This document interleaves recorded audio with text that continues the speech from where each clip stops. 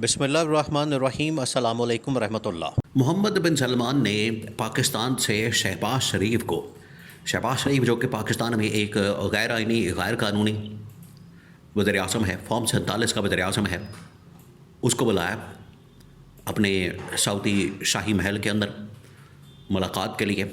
असल में उनसे ब्रीफिंग ली जाएगी, रिपोर्टिंग शहबाज शरीफ जाके रिपोर्ट करेगा पूरे मामले की कि ईरान अमेरिका के दरमियान मुज़ाकरात में क्या हुआ, पाकिस्तान का किरदार क्या था और सऊदी अरब के स्टेक्स को किस तरह से प्रोटेक्ट किया गया और आगे का मुस्तकबिल। अब ये जो सारी डेवलपमेंट हुई है, शहबाज शरीफ असल में जा रहे हैं, सऊदी अरब का दौरा कर रहे हैं और साथ में उसने दौरा कर रहे हैं तुर्की का भी, कतर का भी। ये तमाम ममालिक को ऑन बोर्ड लेने का असल पीछे रीज़न है, मकसद है। अब ये जो मोहम्मद बिन सलमान की जानिब से पाकिस्तान को एक बहुत बड़ी ऑफ़र दी गई है, बहुत बड़ी ऑफ़र, तकरीबन को 10 अरब डॉलर्स के, 10 अरब, जिसमें 5 अरब डॉलर्स पेट्रोल डीज़ल के लिए कि ये आपको अब उधार के ऊपर दे देंगे। नंबर 2, 5 अरब डॉलर्स डिपॉजिट करवा देंगे और कुछ और इन्वेस्टमेंट की शक्ल में ऑयल रिफाइनरी गवादर के ऊपर लगा दी जाएगी।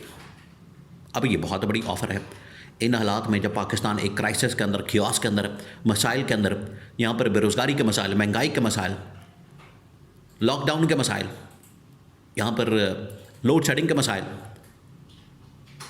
और इन्वेस्टमेंट बिल्कुल नहीं है। बड़ी बड़ी कंपनियाँ पिछले तकरीबन 3 साढ़े 3 साल के अंदर पाकिस्तान छोड़ के जा चुकी है। ये हालात है और इसके ऊपर जितने भी आलमी इदारे हैं, जितने भी आलमी इदारे बड़े बड़े और उसमें फ़ाइनेंशियल मामलात को देखने वाले जितने भी मीडिया आउटलेट हैं, उनकी आप जाके रिपोर्ट्स देख लें, आपको पता लग जाएगा कि पाकिस्तान में पिछले 3 साढ़े 3 साल में कितनी इन्वेस्टमेंट आई। ऐसे में मोहम्मद बिन सलमान का पाकिस्तान में इन्वेस्टमेंट की बात करना हैरान कौन नहीं लगता? बिल्कुल है। अब आप इस पूरे मामले को समझे, असल में पीछे हकीकत यह है, ये असल कहानी है। हुआ ये है कि इमरान खान जो कि ईरान और सऊदी अरब के दरमियान पैचअप करवाना चाहता था, इमरान खान ने जिस तरीके से अमेरिका और अफ़गानिस्तान के दरमियान एक पैचअप करवा दिया, बिल्कुल उसी तरीके से ईरान ने सऊदी अरब के साथ, इमरान खान ने ईरान का सऊदी अरब के साथ और ईरान का अमेरिका के साथ पैचअप करवाना था। ये इमरान खान का मिशन था, इमरान खान का विज़न था। इमरान खान को इस बात का आइडिया था कि आने वाले दिनों में, आने वाले वक्तों में, आने वाले सालों में हो सकता है कि 10 साल लग जाएं, 20 साल लग जाएं, लेकिन ये आइडिया नहीं था कि अगले 5 साल के अंदर ही दुनिया एक नई जंग के अंदर चली जाएगी। ईरान की वजह से दुनिया के अंदर एक नई आलमी जंग छिड़ जाएगी। इमरान खान ने पहले ही इसके बारे में प्रेडिक्शन दे दी थी। उसको मद्देनज़र रखते हुए मोहम्मद बिन सलमान को पूरा रोड मैप, एक पूरा आलमी मंजरनामा सामने रखते हुए अगले 5 साल का, 10 साल का कि क्या होगा, इमरान खान ने इनके सामने रखा था, इनको बता दिया था कि ये आगे होगा। अगर आपने फौरी तौर पर इक़दामात ना किए तो उसके नताइज आपको भुगतने पड़ेंगे। अब मोहम्मद बिन सलमान ने बुला लिया शहबाज शरीफ को। शहबाज शरीफ की औकात क्या? शहबाज शरीफ के मुतालिक अरब ममालिक भी जानते हैं, अमेरिका भी जानता है और पाकिस्तान के अंदर भी लोग जानते हैं कि फॉर्म 47 के ऊपर एक गैर आइनी, गैर कानूनी, चोरी के मैंडेट के साथ वज़ीर आज़म, पाकिस्तान के अंदर उसकी कोई औकात नहीं, पाकिस्तान के अंदर उसकी कोई हैसियत नहीं, स्टेटस नहीं, तो सऊदी अरब के अंदर या किसी और मुल्क के अंदर उसको क्या स्टेटस मिलेगा?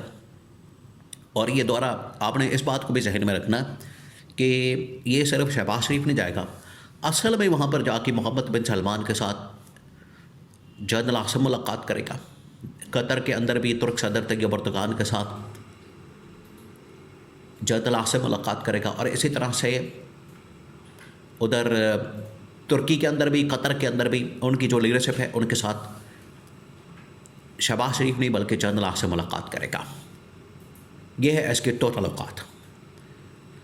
अब मोहम्मद बिन सलमान ने पाकिस्तान के सामने एक ऑप्शन रखी है।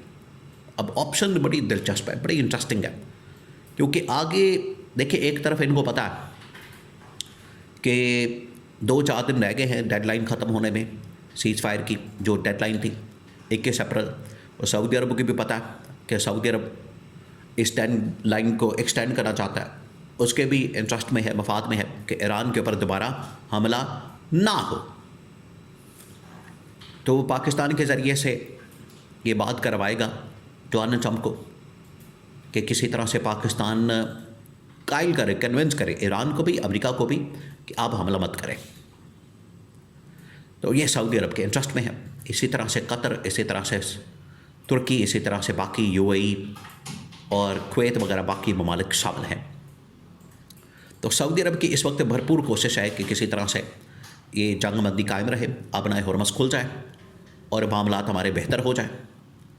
और ये जो इस वक्त 40 दिन जंग चली, उसकी वजह से जो सऊदी अरब को नुकसान हुआ, इतना ज़्यादा नुकसान है कि पिछले 40 साल के अंदर इतना नुकसान नहीं हुआ।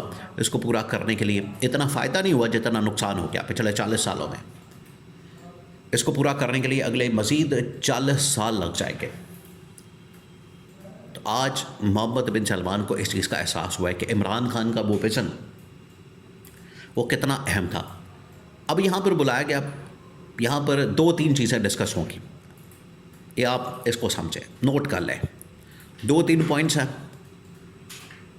मोहम्मद बिन सलमान इनके सामने रख देगा, आगे ये जाने और सऊदी अरब जाने। नंबर 1, अगर ईरान हमला करता है सऊदी अरब के ऊपर अब, तो पाकिस्तान के फ़ौजें, पाकिस्तान के पायलट, पाकिस्तान की एयरफोर्स, पाकिस्तान की आर्मी जो इस वक्त तैनात हो चुकी है सऊदी अरब के ऊपर, वो हमला कर देगी ईरान के ऊपर, जो बड़ी ख़तरनाक सूरत हाल है। ये पहली बात सऊदी अरब मोहम्मद बिन सलमान शहबाज शरीफ के सामने रख देगा। अब ये शहबाज शरीफ का बहुत बड़ा इम्तिहान है। दूसरा ऑप्शन मोहम्मद बिन सलमान इनके सामने रखेगा कि हम आपके मुल्क में इन्वेस्टमेंट करने के लिए तैयार हैं। $5 अरब यूएई ने, आपको पता है, पैसा वापस मांग लिया। अब यूएई ने जो पैसा मांगा है, डिपॉजिट इनके पास कम हो गया, इनको फ़िक्र पड़ गई है। सऊदी अरब कह रहा है हम डिपॉजिट भी देने को तैयार हैं, आपके पेट्रोल डीजल $5 अरब का ऑयल रिफाइनरी लगाने का इन्वेस्टमेंट करने को तैयार है। आप हमें ये बताएं कि स्टेबिलिटी कैसे ला सकते हैं। ये नंबर 2 एजेंडा होगा, पॉइंट होगा। नंबर 3 फाइनल एंड लास्ट, वो है कि पाकिस्तान के अंदर आइन और कानून की बालादस्ती, जमहूरियत की बहाली, अदलिया मीडिया की आज़ादी और सबसे बढ़कर इमरान खान की रिहाई। ये है असल में एजेंडा 3 पॉइंट्स का। वरना शहबाज शरीफ का उन्होंने क्या करना है, चाट डालना। शहबाज शरीफ से क्या मिलेगा, क्या निकलेगा, कुछ भी नहीं। लूट मार के बाहर है, इन ममालिक को इतनी फ़िक्र नहीं पैसों की। तो ये जो पूरा एजेंडा है, ये शहबाज शरीफ के सामने मोहम्मद बिन सलमान की जानिब से रखा जाएगा।